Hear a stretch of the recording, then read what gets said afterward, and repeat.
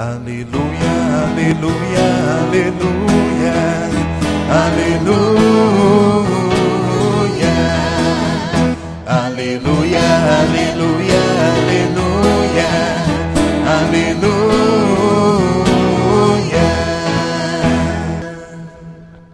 O Senhor esteja convosco. Ele está no meio de nós. Proclamação do Evangelho de Jesus Cristo segundo Lucas. Glória a vós, Senhor. Naquele mesmo dia, o primeiro da semana, 2 dos discípulos de Jesus iam para um povoado chamado Emaús, distante 11 quilômetros de Jerusalém. Conversavam sobre todas as coisas que tinham acontecido. Enquanto conversavam e discutiam, o próprio Jesus se aproximou e começou a caminhar com eles. Os discípulos, porém, estavam como que cegos e não o reconheceram. Então Jesus perguntou: o que ides conversando pelo caminho? Eles pararam com o rosto triste.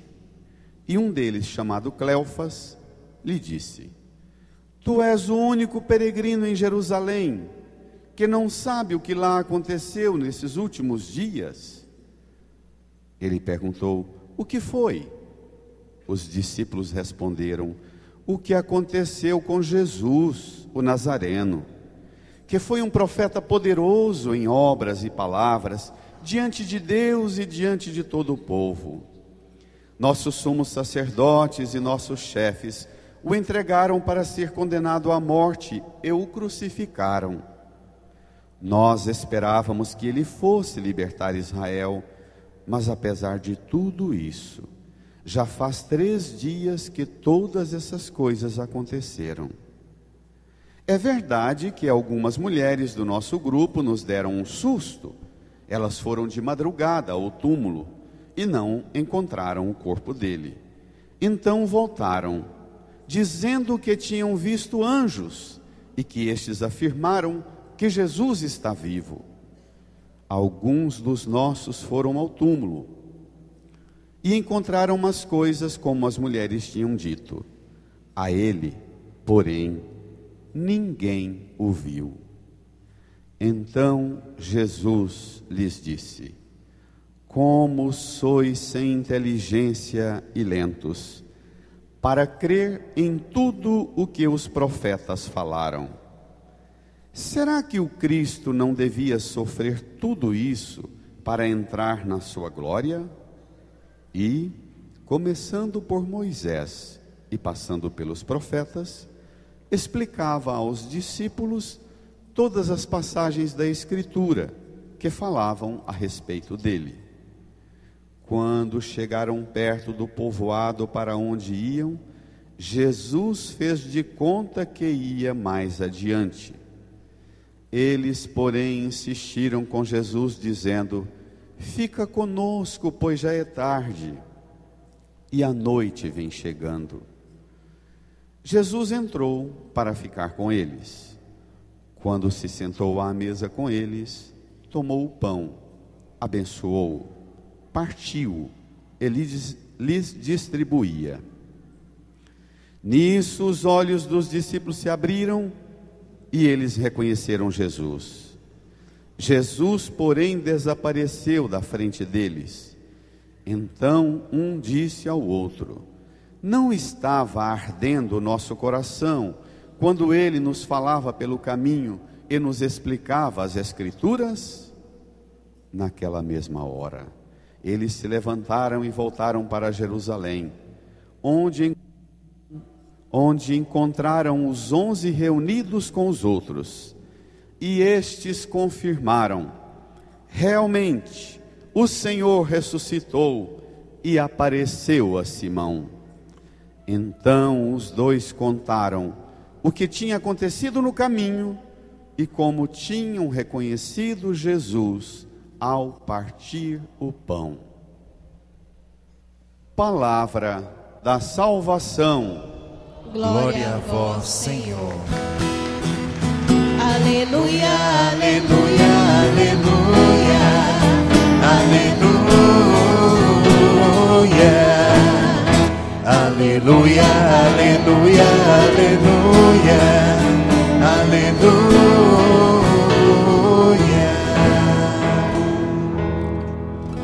Sentados, façamos um tempo de silêncio, inclinemos a cabeça, fechemos os olhos e peçamos a Jesus, que recebeu o Espírito Santo e derramou o Espírito sobre nós, que o Espírito nos faça compreender toda a verdade que a palavra hoje nos revela. Rezemos. Amém. Irmãs e irmãos, hoje, terceiro domingo da Páscoa, nós lemos o terceiro relato, segundo o Evangelho de Lucas, mostrando como Jesus se manifestou no domingo de Páscoa. E nesse relato que o evangelista Lucas nos faz, nós identificamos os elementos fundamentais que constituem a vida dos cristãos, a vida da igreja. Nós ouvimos a palavra que repetiu várias vezes a ideia, como na primeira leitura: deste-me a conhecer os caminhos da vida. No Salmo nós cantamos: vós me ensinais vosso caminho para a vida. Na segunda leitura, Pedro diz: vivei então respeitando a Deus durante o tempo de vossa migração neste mundo, os caminhos da vida.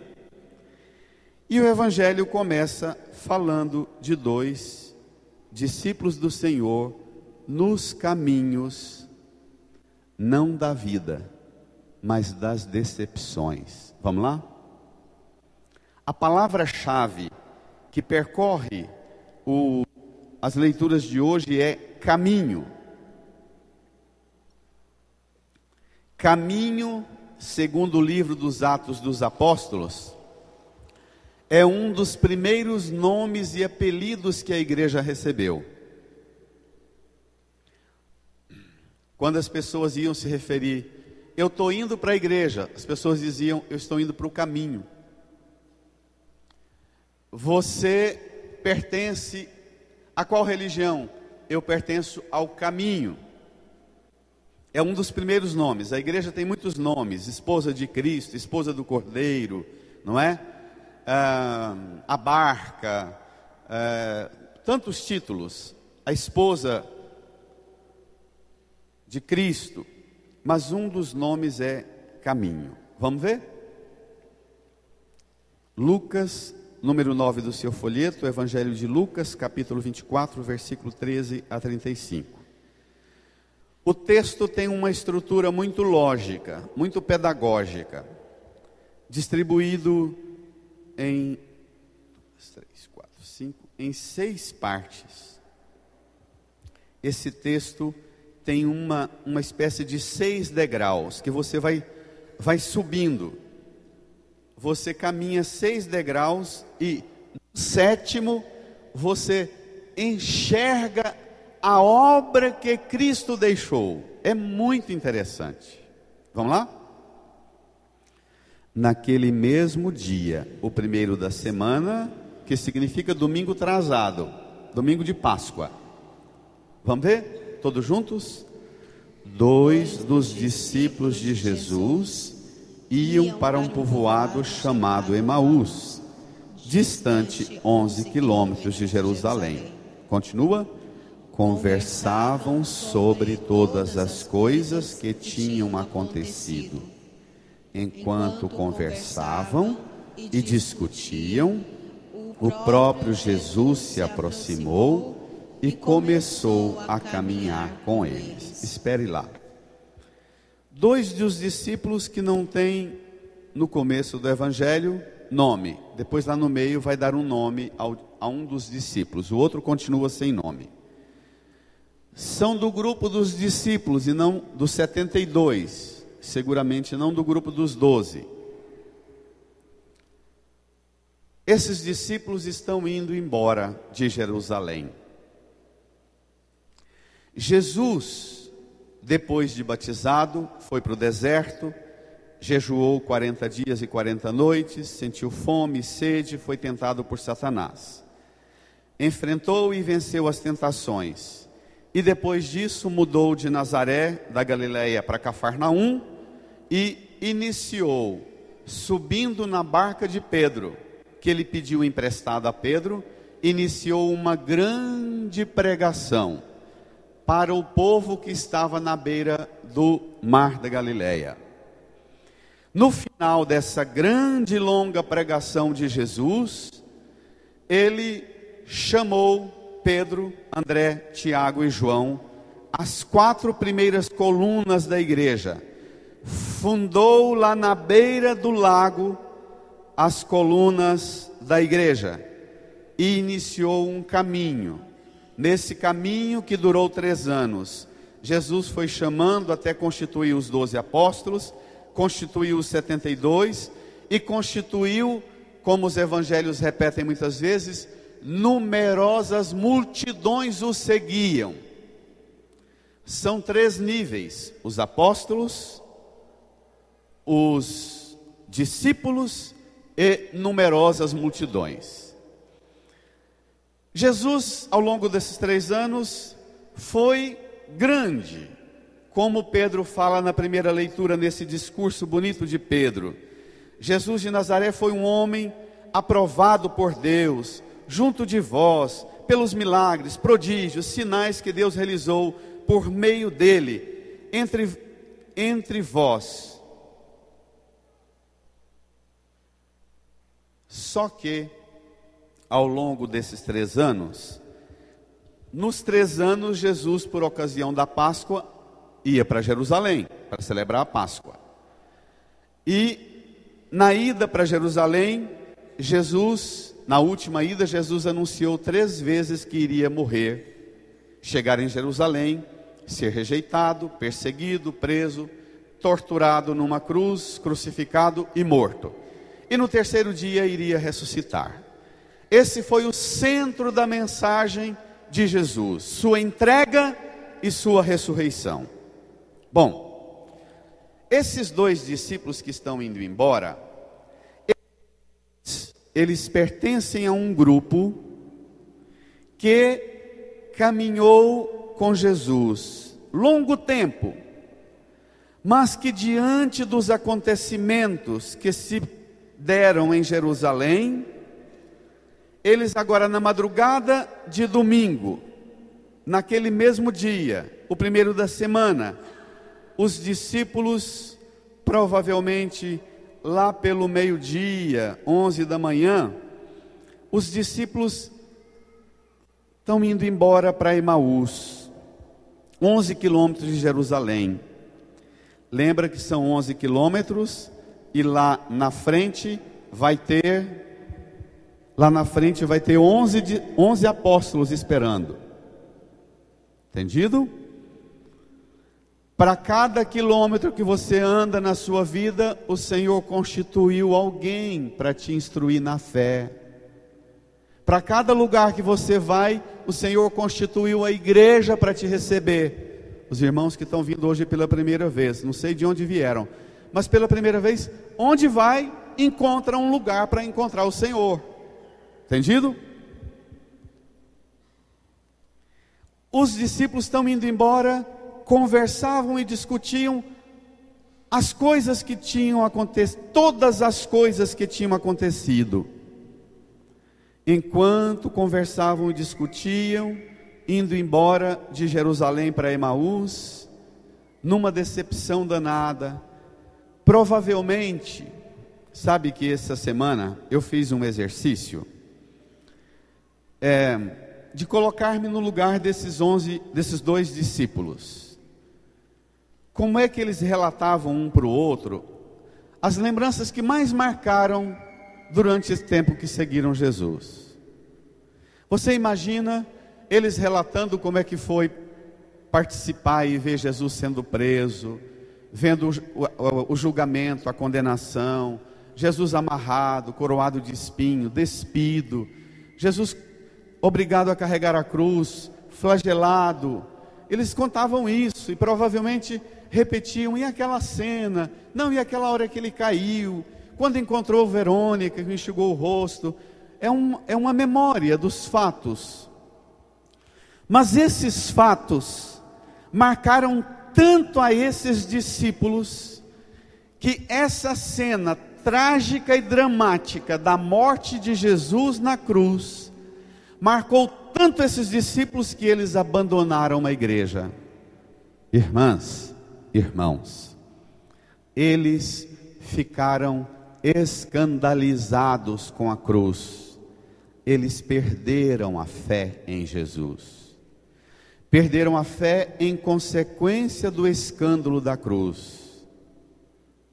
E essa fé, ela só é recuperada, restaurada, se você compreender as Sagradas Escrituras, que é o que vai acontecer agora.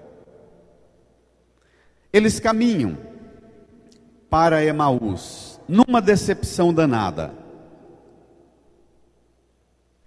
Jesus entra na viagem deles. Versículo 16, tomem comigo. Os discípulos, porém, estavam como que? Cegos. E não O reconheceram. Não reconheceram Jesus. Eles estão falando de Jesus, comentando os fatos que aconteceram com Jesus. Enquanto conversavam, caminhavam e discutiam, o próprio Jesus entrou na viagem deles. E eles estavam como que cegos. Irmã, irmão, seguramente tem muitos de nós aqui na igreja que a experiência do sofrimento nos cegou, não é? Nós passamos por decepções, frustrações, feridas. Nós nos escandalizamos com tantas coisas, como os discípulos se escandalizaram com isso aqui. Nós escandalizamos com o erro de padre, com o erro de irmão da igreja, com a família, com pai, mãe, com vovó, que a gente nunca queria nem ficar sabendo que meu pai fez isso, minha mãe fez aquilo, meu tio, meu irmão. Nós nos escandalizamos e muitas vezes a nossa decepção e amargura com a frustração das nossas expectativas cega a gente e põe a gente num caminho de volta para a estaca zero.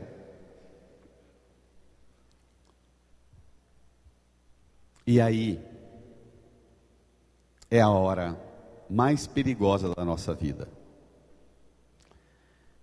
Essa semana eu li uma pesquisa entre os jovens entre 15 e 29 anos, pertencem ao grupo dos que mais têm abandonado as igrejas.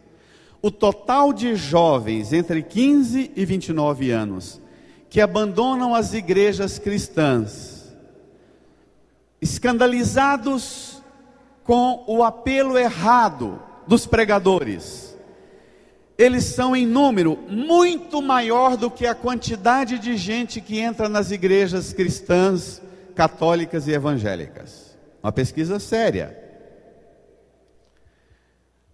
Nós vivemos numa realidade, vocês que são mães, pais, avós, sabem do que eu estou falando. Tem uma cambada de menina e menino, rapazes e moças em nossas famílias, que não querem saber de nada de religião, não é? Não tem? Absolutamente indiferentes. E se você toca no assunto, eles apontam para você, para aquilo que os escandaliza, aquilo que os decepciona, aquilo que os faz perder a fé nos homens. Eles até dizem: não, eu acredito em Deus, mas do meu jeito. Acredito no espiritismo, no catolicismo, no candomblé, não é? Acredito no budismo, acredito em tudo, mãe, não preocupa não, eu estou bem. Não é assim que eles falam para vocês? Não, vó, eu estou bem, eu acredito. Mas esse negócio de religião é só escândalo. Presta atenção. Você que é pai, mãe, vovó, padrinho, madrinha, precisa voltar com um argumento capaz de restaurar a visão da fé daqueles que estão perdidos na sua própria casa. Amém? De verdade?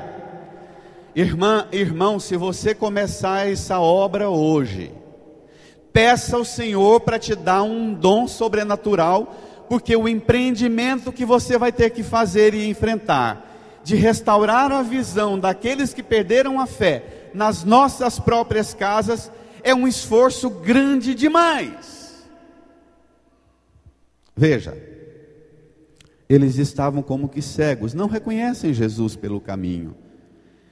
Quem não reconhece Jesus no escândalo da cruz, não reconhece Jesus quando ele entra no seu caminho. Os jovens que falam assim, não mãe, não quero igreja não quero religião não quero doutrina não, eu estou fazendo o meu caminho.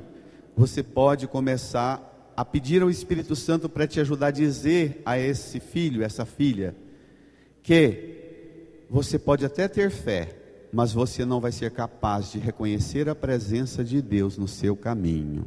Está entendendo? Está entendendo? De verdade? Pelo amor de Deus, não vá embora sem entender isso, porque nisso consiste a sua salvação e a da sua casa, e a dos seus filhos. Veja, versículo 17.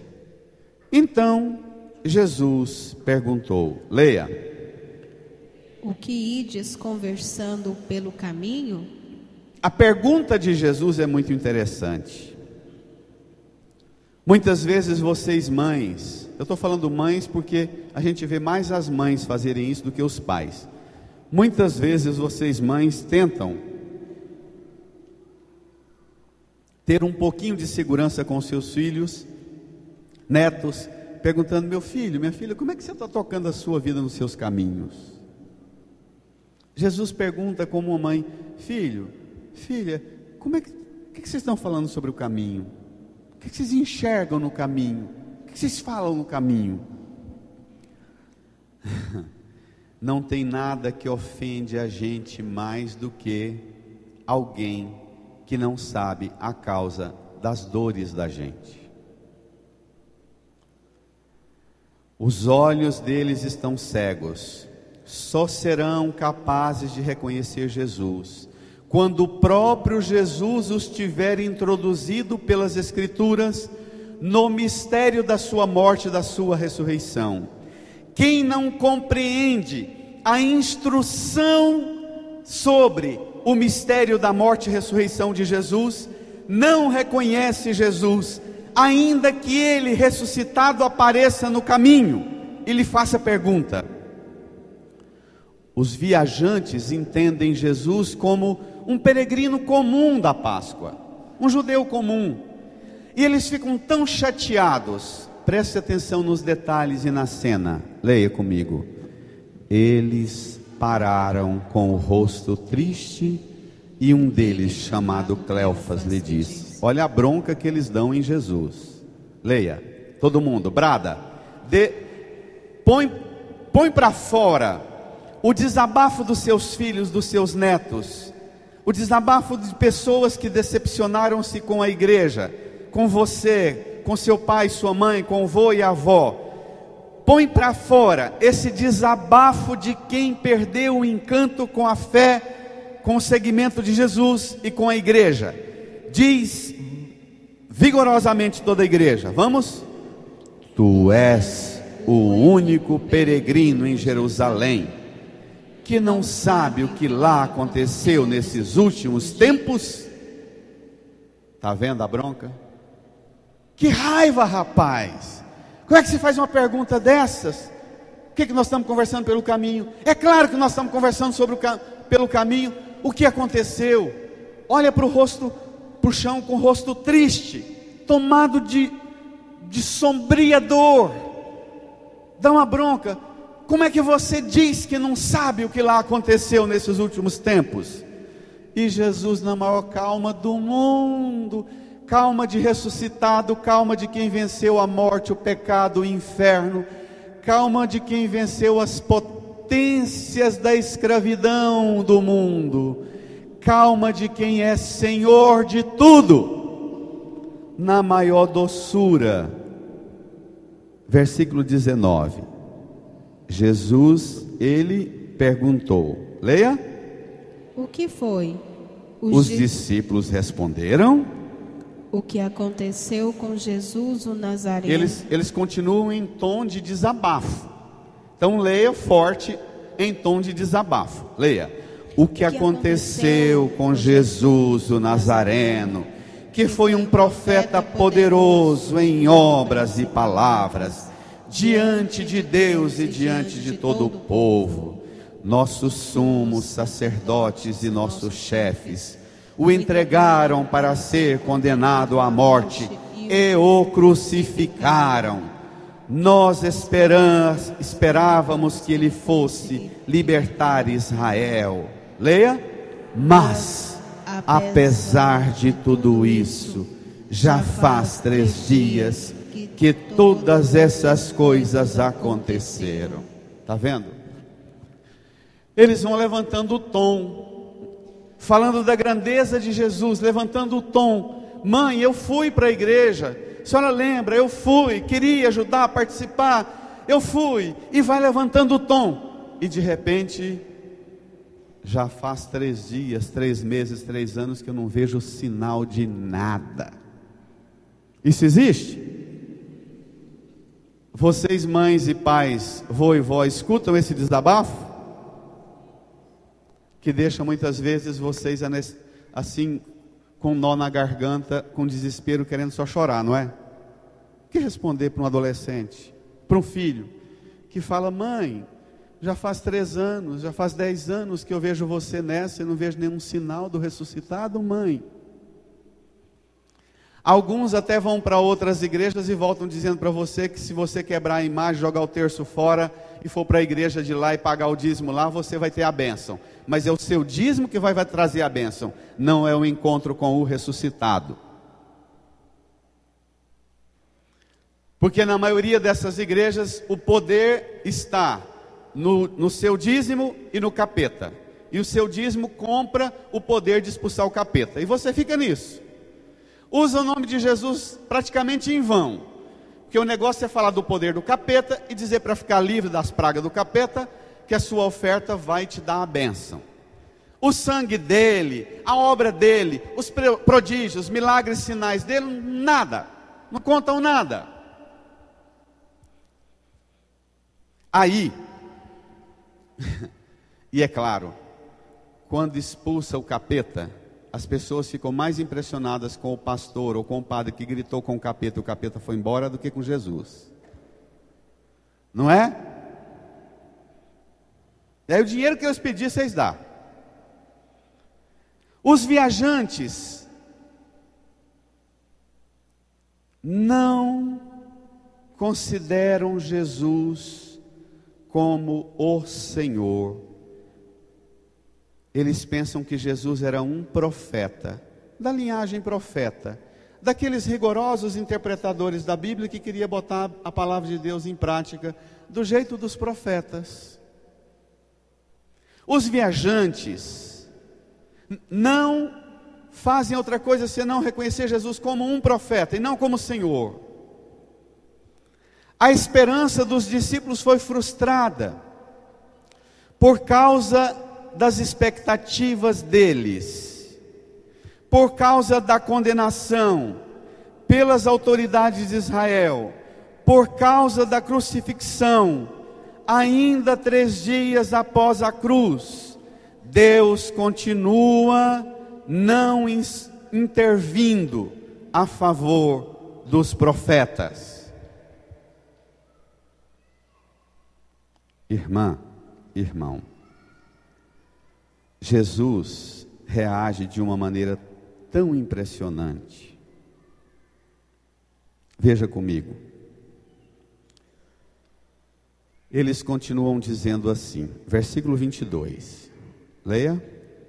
É verdade que algumas mulheres do nosso grupo, leia, nos deram um susto.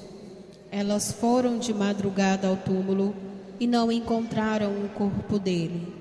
Então voltaram dizendo que tinham visto anjos e que estes afirmaram que Jesus está vivo.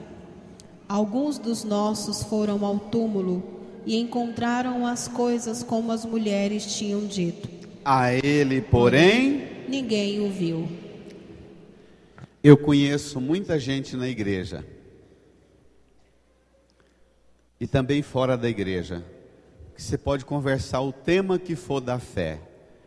As pessoas na igreja, vindo à missa todo domingo, vindo para a Eterno todo ano na festa de vindo para a Eterno, até a pé. Mas se você conversar com eles, eles não sabem falar de outra coisa senão da história das suas decepções e frustrações com a igreja e com Deus. Eu conheço gente que vive na igreja, indo e voltando para a igreja para ter com quem contar suas histórias de frustrações e decepções.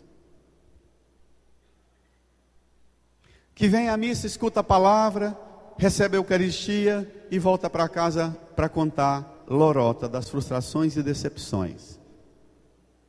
Conheço gente que a vida se tornou quase que uma caixinha de som eletrônica, que se aperta um botão e ela repete a mesma lereia. A ele, porém, ninguém o viu. Essa igreja está acabada. Eu já vi o padre fulano que passou, nenhum prestou.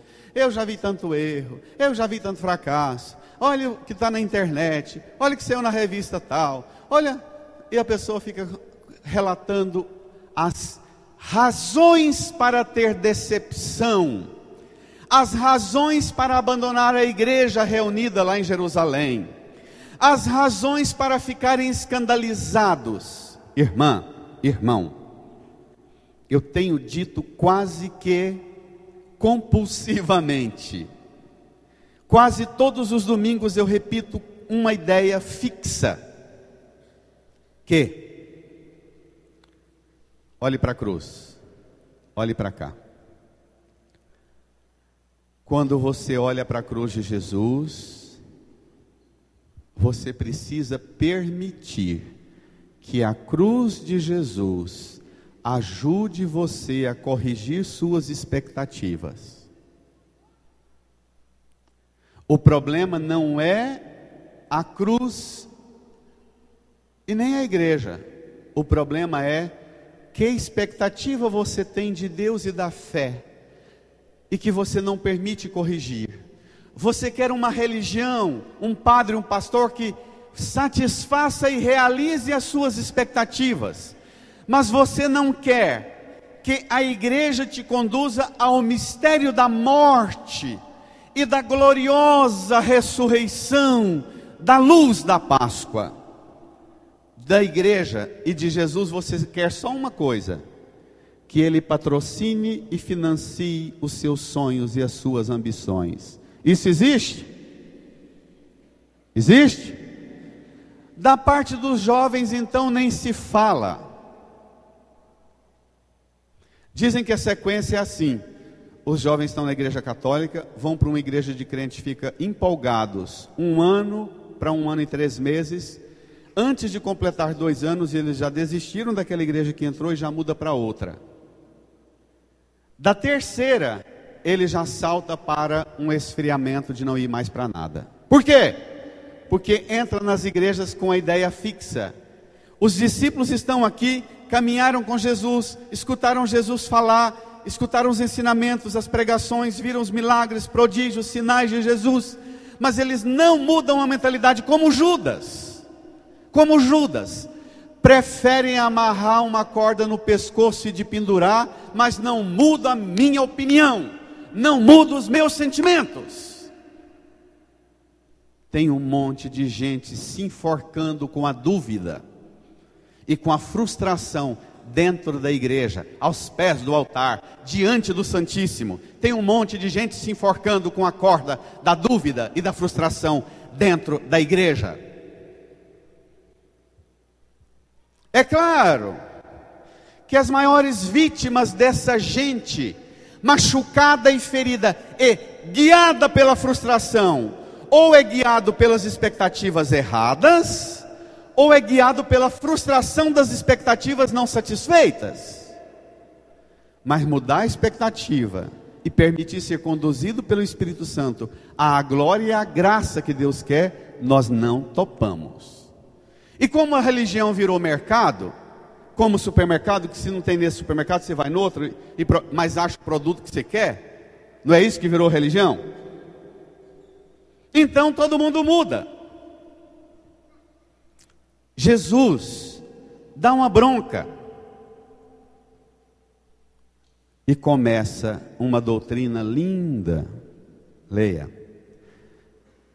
Bom, eu queria que você guardasse duas frases muito fortes.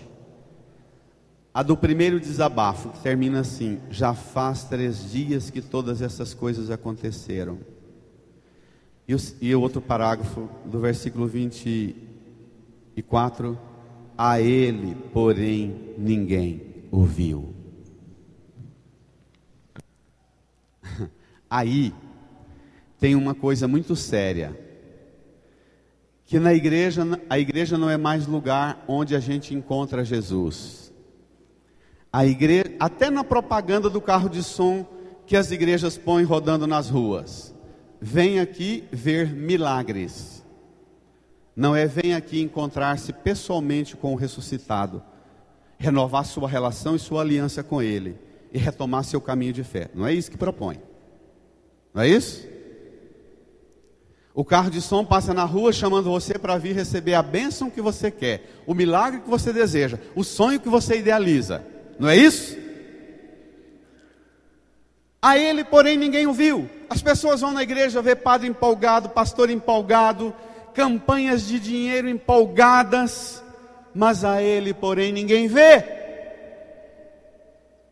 O que tem gente diante de Jesus na palavra, diante de Jesus na Eucaristia, diante de Jesus no corpo dele, que é a sua igreja, mas não vê Jesus. Veja, versículo 25, todo mundo comigo. Então Jesus lhe disse, firma: como sois sem inteligência e lentos para crer em tudo o que os profetas falaram. Para lá. Lá em cima, o Evangelho falou que eles estavam como que cegos. Aqui Jesus chama-nos de sem inteligência e lentos para crer. Sabe o que torna a gente cego, sem inteligência e lento para crer? Você vai ter uma surpresa agora. E você vai entender um pouco e vai até me perdoar por causa de um exagero meu. Veja. Como sois sem inteligência e lentos para crer em tudo que os profetas falaram. Versículo 26, leia. Para lá, desculpe. Leia em tom de desabafo, porque se os discípulos fizeram um desabafo, o ressuscitado também faz um desabafo firme. Leia. Será que o Cristo não devia sofrer tudo isso para entrar na sua glória? E começando por Moisés e passando pelos profetas, explicava aos discípulos todas as passagens da Escritura que falavam a respeito dele. Para lá. Irmã, irmão, o que eu vou falar, os discípulos fizeram o desabafo deles, Jesus fez o dele, eu vou fazer o meu. Moisés e a lei. Jesus fala: como sois sem inteligência e lentos para crer em tudo que os profetas falaram. E começando por Moisés e os profetas, Moisés significa os 5 primeiros livros da Bíblia, os profetas o resto do Antigo Testamento. Jesus retomou o Antigo Testamento e recordava para eles todas as passagens da Escritura que falavam sobre Jesus. E uma das passagens que seguramente Jesus falou é aquela que eu lembrei domingo passado do profeta Isaías, capítulo 53, lembra? Na verdade, é que ele carregava sobre si nossas enfermidades, lembra? Suas feridas eram o preço da nossa paz, suas dores, o preço da nossa cura. Jesus deve ter pego o profeta Isaías e pregado assim muito mais do que 1 hora. Irmã, irmão, se você não parar para escutar a palavra de Deus e a pregação da igreja, você vai continuar cego, sem inteligência e lento para crer. Esse é o papel da igreja. Esse é o papel de nós padres. Eu comentava com o Renato ali na porta da igreja. A gente falava do tanto de coisa que tem para fazer e que precisa ser feito na igreja. Eu falava, Renato, mas eu não vou mexer com muita construção e reforma não. O Senhor falou para mim que é para eu me ocupar com a pregação da palavra. Porque se todos os padres se ocuparem somente em fazer campanha e construção, vai ter igrejas e templos belíssimos como os da Europa, sendo vendidos e alugados para ser estacionamento de carro, de bicicleta e boate. Porque a gente põe a força toda no bolso e no orgulho de ver um templo que nós construímos. O padre fulano veio cá e reformou e fez tal coisa, tal coisa, tal coisa. Os que ajudam nas festas da paróquia e na pastoral do dízimo dizem, não, quando eu estava na coordenação disso, nós conseguimos fazer tal coisa, tal coisa, tal coisa, tal coisa. E nós ficamos relatando a força da nossa campanha e dos nossos recursos para fazer coisa externa. E nós não nos ocupamos com as escrituras, com a pregação. Só a palavra e a pregação da palavra abre os olhos cegos, abre e cria inteligência, abre e acelera essa lentidão para crer. Nós hoje vivemos um tempo de fracasso na pregação da palavra. Primeiro, porque o povo não quer ouvir pregação. Segundo, porque os pregadores não querem pregar a palavra, querem pregar campanhas. Desculpem, tem muita gente aqui que está fora disso, mas vocês sabem do que é que a palavra de Deus está falando. Será que o Cristo não devia sofrer tudo isso para entrar na sua glória? Leia, versículo 28.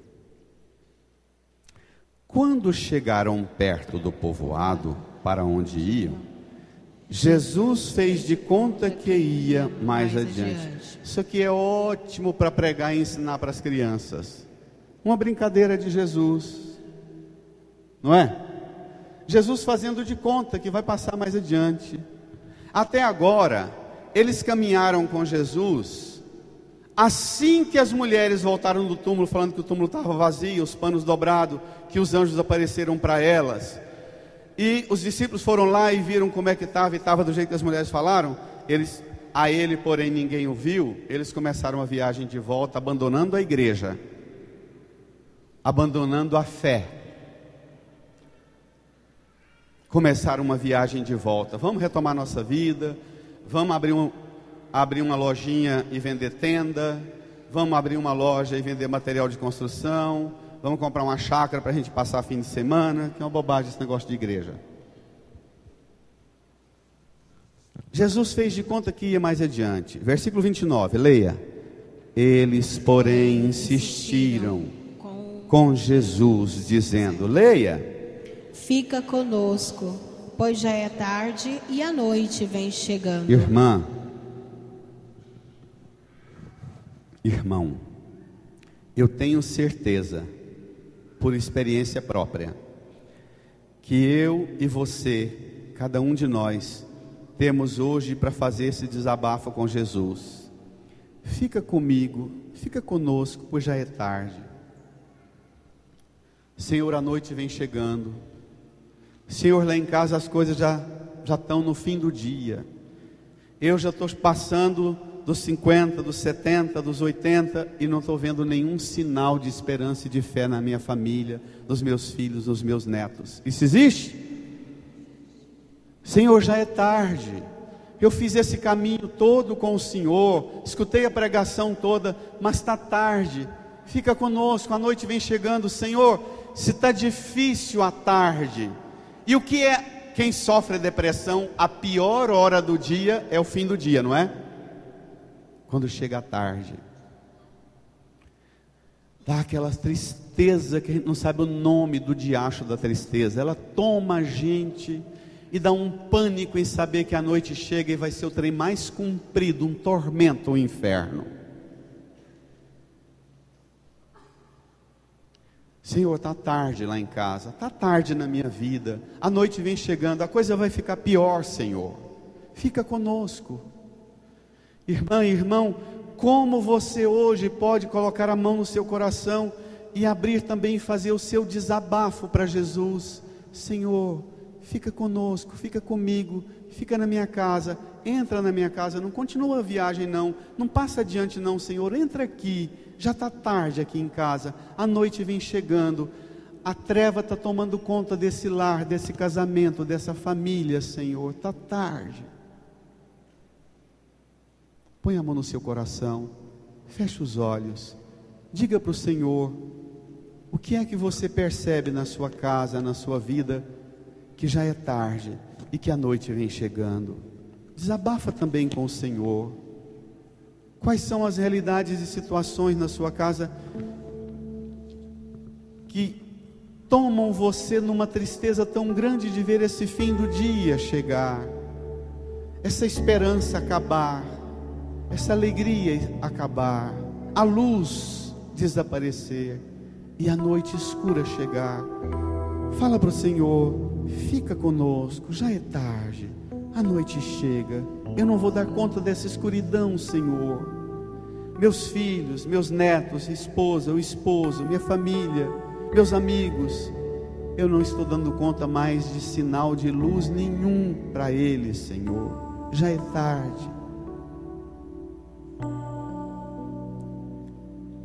Fica conosco, entra na minha casa, não passa adiante, Senhor.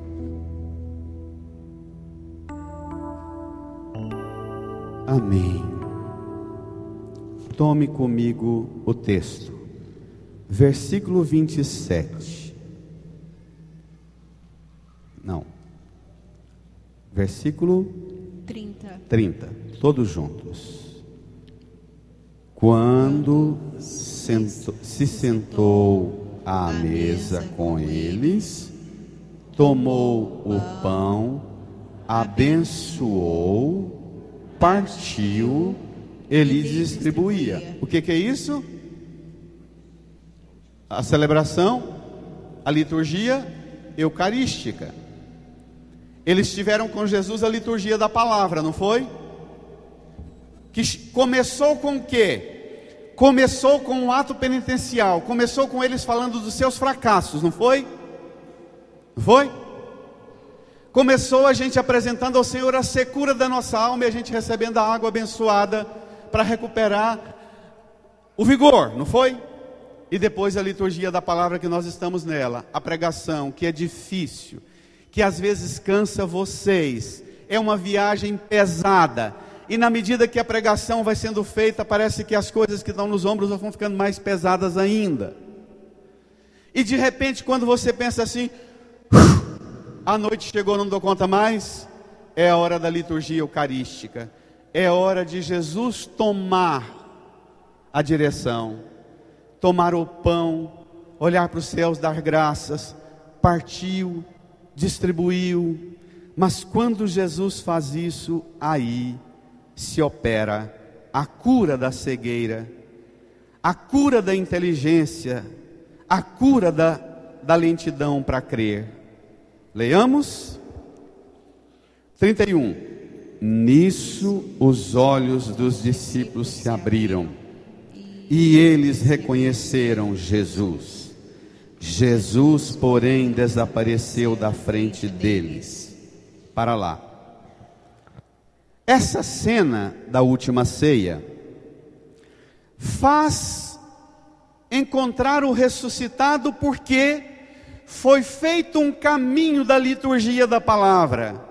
Jesus, começando por Moisés e os profetas, lhes explicava todas as passagens da Escritura que falavam a respeito dele. Será que o Cristo não devia sofrer tudo isso e morrer na cruz para entrar na sua glória? Irmã, eu vou dizer para você a sentença mais difícil na vida de vocês, cristãos, leigos e leigas. Quem não é instruído pelas Escrituras não entra no mistério da Eucaristia. Se não há pregação, se não há dedicação do seu tempo e paciência para a pregação da palavra, não há compreensão da morte e da ressurreição do Senhor, e por isso a Eucaristia vira um rito de repetição enfadonha. Se não há pregação, você não compreende a morte, não compreende a ressurreição e não entende nada da missa. A cena da última ceia, ela se torna para muitos uma obrigação e não uma graça. Tem muita gente que vem à missa por obrigação e não porque tem a graça de encontrar com a palavra e com a Eucaristia. Para muitos, para os adolescentes e os jovens, a Eucaristia virou um peso, ou para outros um evento social e não uma experiência de fé, um encontro com o ressuscitado. Está entendendo? Quem não é instruído na pregação da palavra e na compreensão da palavra, que cura a cegueira, que abre a inteligência, que dá a inteligência, que cura a lentidão para crer, não entende a Eucaristia. E muitos pais põem os meninos na catequese, fazem a primeira comunhão e desaparecem, recebem o crisma e nunca mais volta. Por quê? Porque virou um evento social ou uma obrigação chata. Irmã, irmão, peça ao Senhor para curar você daquilo que te torna tão sofrido e pesado participar da Santa Missa, e não experimentar na Santa Missa uma viagem com Jesus nas passagens da Escritura que falam sobre Ele. A pregação precisa ser uma viagem com Jesus nas passagens da Escritura, que possibilita você, terminando a pregação, dizer: opa, estou com Ele, diante dEle. O Salmo cantou, não é? Ele está à minha direita. Leia o desfecho, versículo 32.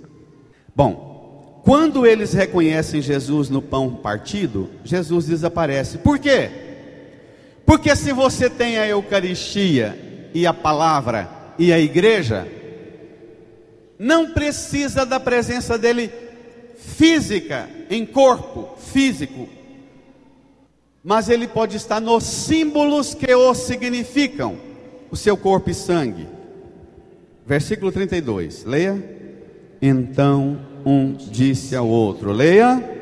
Não estava ardendo nosso coração quando ele nos falava pelo caminho e nos explicava as Escrituras? Se eu perguntar à igreja se a pregação faz arder, a igreja vai falar: faz arder.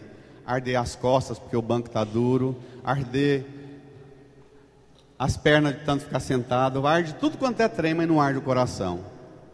Arde a paciência, arde tudo, mas não arde o coração. Não estava ardendo o nosso coração quando ele nos falava e nos explicava as Escrituras. Esse é o papel da pregação: recuperar o ardor do seu coração. Leia. Versículo 33, olha que coisa impressionante que acontece agora. Leia. Naquela mesma hora, eles se levantaram e voltaram para Jerusalém, onde encontraram os 11 reunidos com os outros. Presta atenção, agora mesmo eles estavam com medo, porque já é tarde e a noite vinha chegando, não foi? Mas quando você recebe a pregação da palavra e recebe a Eucaristia, você esquece você tem a cura do medo do fim do dia e da noite escura. Você tem um gás danado para voltar correndo para onde? Para a igreja. Jesus celebra com eles na casa deles para fazê-los voltar para a igreja. Pai, mãe, vô e vó, celebre com os seus filhos, reze com os seus filhos em casa, que eles vão voltar para a igreja. Entendeu? Eles voltam correndo para a igreja, mas eles voltam correndo tanto, gastaram quase o dia inteiro para viajar 11 quilômetros. Agora eles correm tanto que ainda pega a comunidade reunida domingo à noite, celebrando a Eucaristia, e dão um testemunho. Encontraram os 11 reunidos, versículo 34, leia. E estes confirmaram, brada a igreja, realmente o Senhor ressuscitou e apareceu a Simão. Por que Simão, Pedro? Por que essa aparição, esse evangelho termina falando de Simão? A autoridade de Cristo na igreja, o Papa. Simão é a autoridade da igreja. O nome Jesus aparece no Novo Testamento 328 vezes. O nome de Pedro aparece 251 vezes. Não tem nenhum nome que se repete mais vezes no Novo Testamento do que o de Pedro. Primeiro é de Jesus, 328 vezes. O segundo, o de Pedro, 251 vezes. Não é bacana?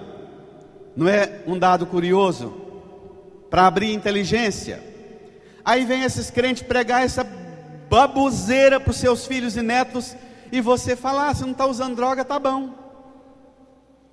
Você vende e entrega seus filhos e netos para os mercenários, para os lobos, e diz: você não está usando droga, tá bom. É pouco. Leia, versículo 35. Então os dois contaram o que tinha acontecido no caminho e como tinham reconhecido Jesus ao partir o pão. O caminho, portanto, é a liturgia da palavra. Ouvir o texto, ouvir a pregação, fazer a oração ao Senhor, professar a fé.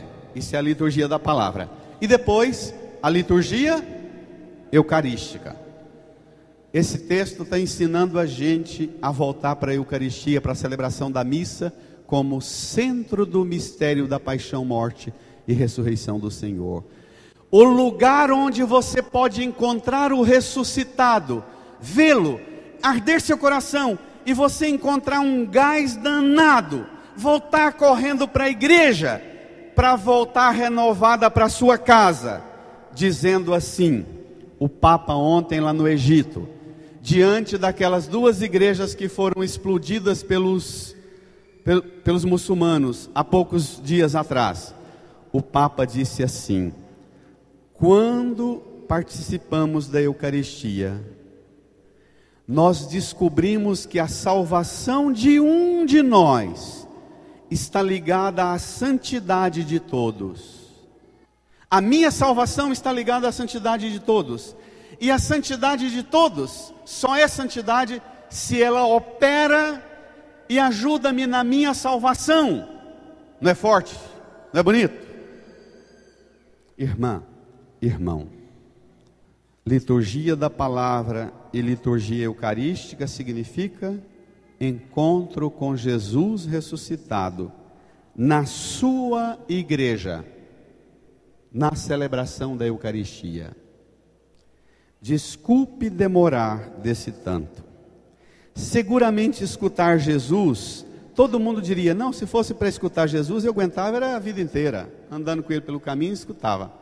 Seguramente me escutar é muito mais difícil do que escutar Jesus, infinitamente mais difícil. Mas não escute a mim, escute a palavra que é pregada. Não grude os olhos em mim, em minha debilidade, em minha fraqueza. Grude os olhos e os ouvidos sobre o que a palavra fala, e tenha agora o seu encontro com Jesus e renove a sua fé. Diga ao Senhor o quanto você necessita voltar para a sua casa. Sabeis que fostes resgatados da vida fútil herdada de vossos pais, não por meio de coisas perecíveis como a prata e o ouro, como a oferta da igreja, mas pelo precioso sangue de Cristo, como de um cordeiro sem mancha nem defeito. Põe a mão no seu coração, incline a sua cabeça. Peça ao Senhor para renovar a sua fé, a sua esperança, para ajudar você a corrigir as suas expectativas, corrigir as suas expectativas erradas na relação com a igreja e com o Senhor.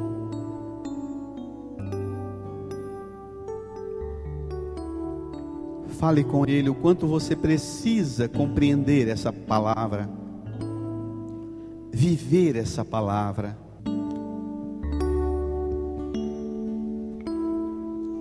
Alguém chama, Ele me ama e me conduz e me quer feliz. Ele fala, só escuto para o mudo e o que Ele me diz. Vem me seguir, que eu caminho junto com você ao fim. Depois da caminhada, você é feliz. Se deixa todas as coisas só por mim, por mim. Vem me seguir, que o meu caminho é o da porta estreita, sim. Porém, ao acabar junto de mim, você vai entender porque é bom servir. Ele quer uma resposta todo dia de você, irmão. É difícil a caminhada e por isso Ele estende a mão. Vem me seguir,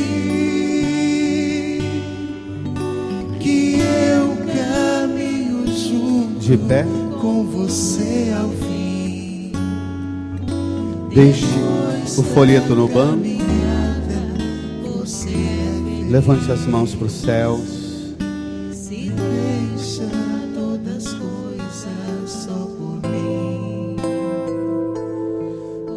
Diga a Jesus: eu creio firmemente nesta palavra que ouvimos e meditamos. Eu creio firmemente que ela tem poder de curar a minha cegueira na fé, a minha falta de inteligência, a minha lentidão para crer. Jesus, eu creio, mas aumentai a minha fé. Curai-me das minhas frustrações, das minhas decepções, das minhas expectativas erradas, que me faz buscar o que o Senhor não vai me dar. Só o mundo e o pecado pode me dar muitas coisas que eu quero, e o Senhor quer a minha salvação.